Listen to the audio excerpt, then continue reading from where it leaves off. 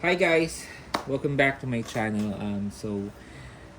Alam ko napakatagal before nagkaroon ng new unboxing um, video ng sapatos. Pero ngayon, medyo sinuwerte yan. We got a Stan Smith from urbanathletics.com.ph. So, Urban Athletics Buchanan.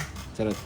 Um, Sila yung mga isa sa legit online shoe store or not really actually online. Meron din sila mga physical store sa South, I think dun sa Conrad Mall and dun sa Greenbelt.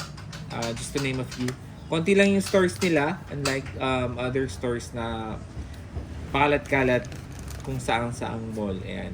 Pero when you check their items online, legit talaga yung sale nila, as in like 30%, probably more.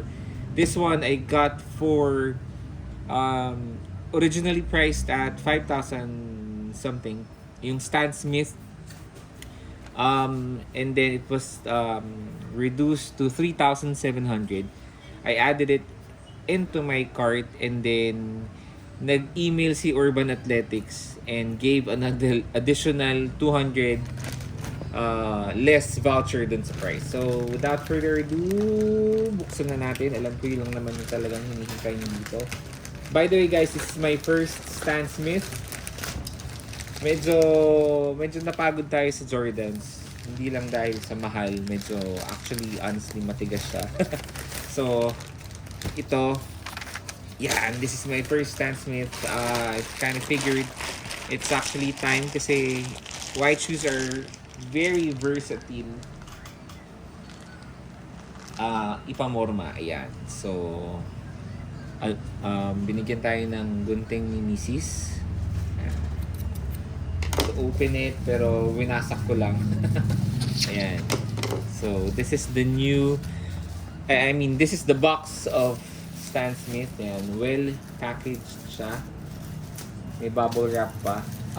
Parang wala pang 3 days. Wala pang 3 days since I placed the order dun sa store nila.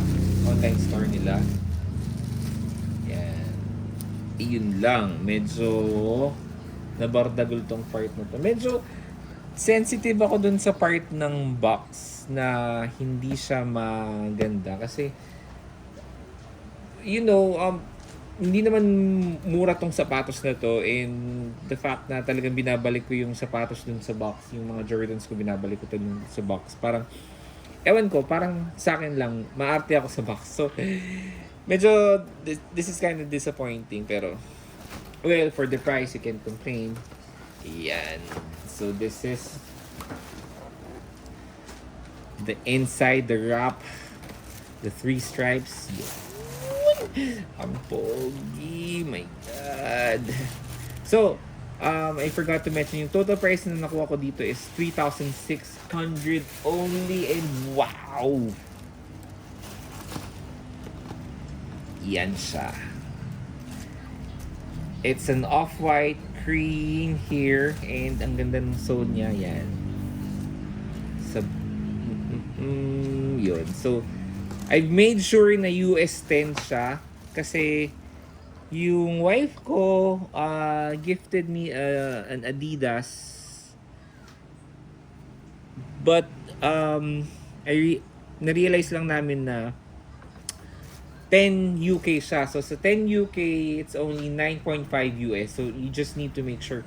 I've sent a message sa Urban Athletics. Di naman sila nag-reply. Pero on our previous conversation, sinabi nila na yes, 10 US naman. Sobrang nawi-weirduhan ako na parang ang haba niya. Yan.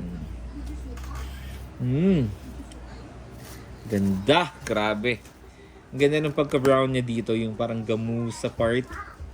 Alam ko may mga expensive na parts sa... may mga Stan Smith na ranging around 8,000. Yun ata yung Stan Smith Lux. But this is definitely worth buying, especially you are into white shoes, yung minimalist lang. Yan, si Stan Smith.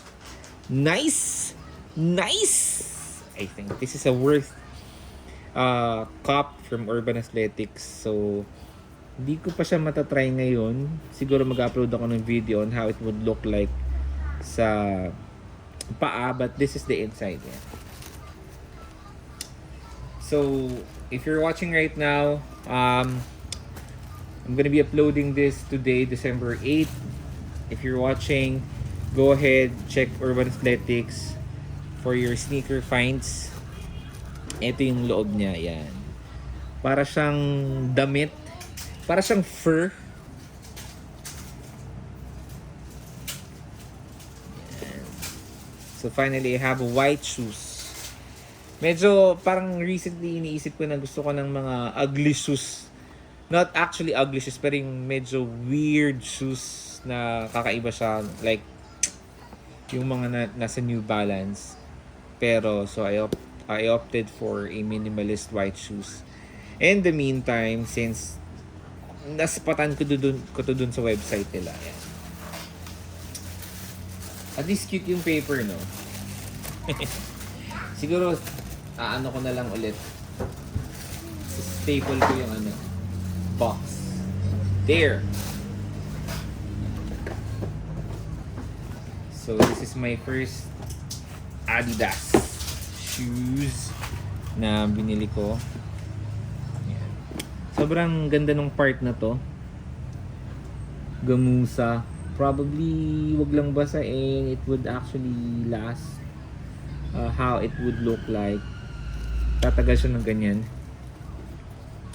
Sa sides, hindi ko alam kung ano lang naman to. Siguro, hindi naman to madaling masira. Feel ko. Kasi matagal naman siya. Ang ganda nung sole niya.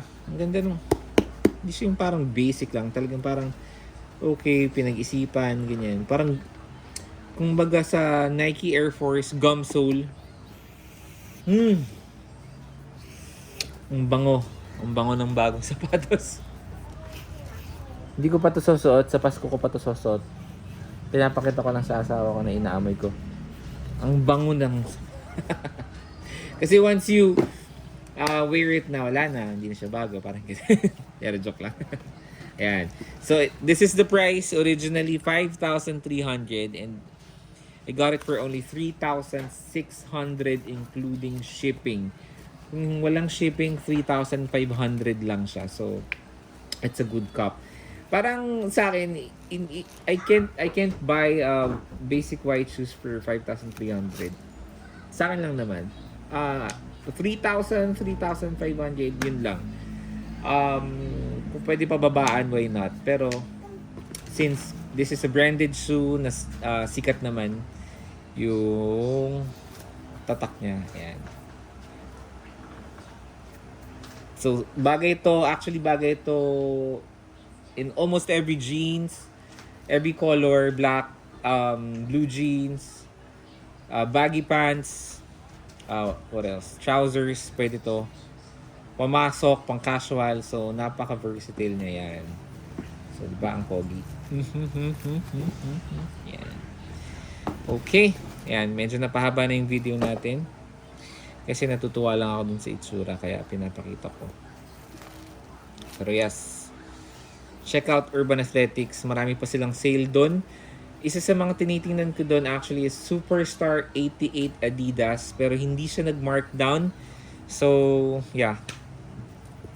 Better luck next time. Yung Adidas Superstar 88 na yun, and yung Adidas Superstar, when you compare them, iba yung finish niya, iba yung leather niya. So, mas maganda yung Adidas Superstar 88. So, if you're looking into Superstars, you might as well check Superstar 88 kasi mas premium looking siya. Ayan. Okay.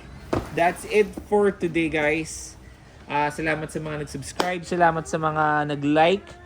Sa mga nanonood ng videos ko na kung ano-ano lang yung ina-upload ko about expander, shoes, sneakers, toys. Toys, medyo hindi pa ako nakapag unbox ulit. There's an upcoming vlog that I'm thinking about kasi may binili yung asawa ko na si Geralt. It's a figure from Netflix. So, unbox ko yun. Papakita ko sa inyo yun. It's a good buy. It's a good buy. So that's it, guys. Thank you for watching. Keep safe.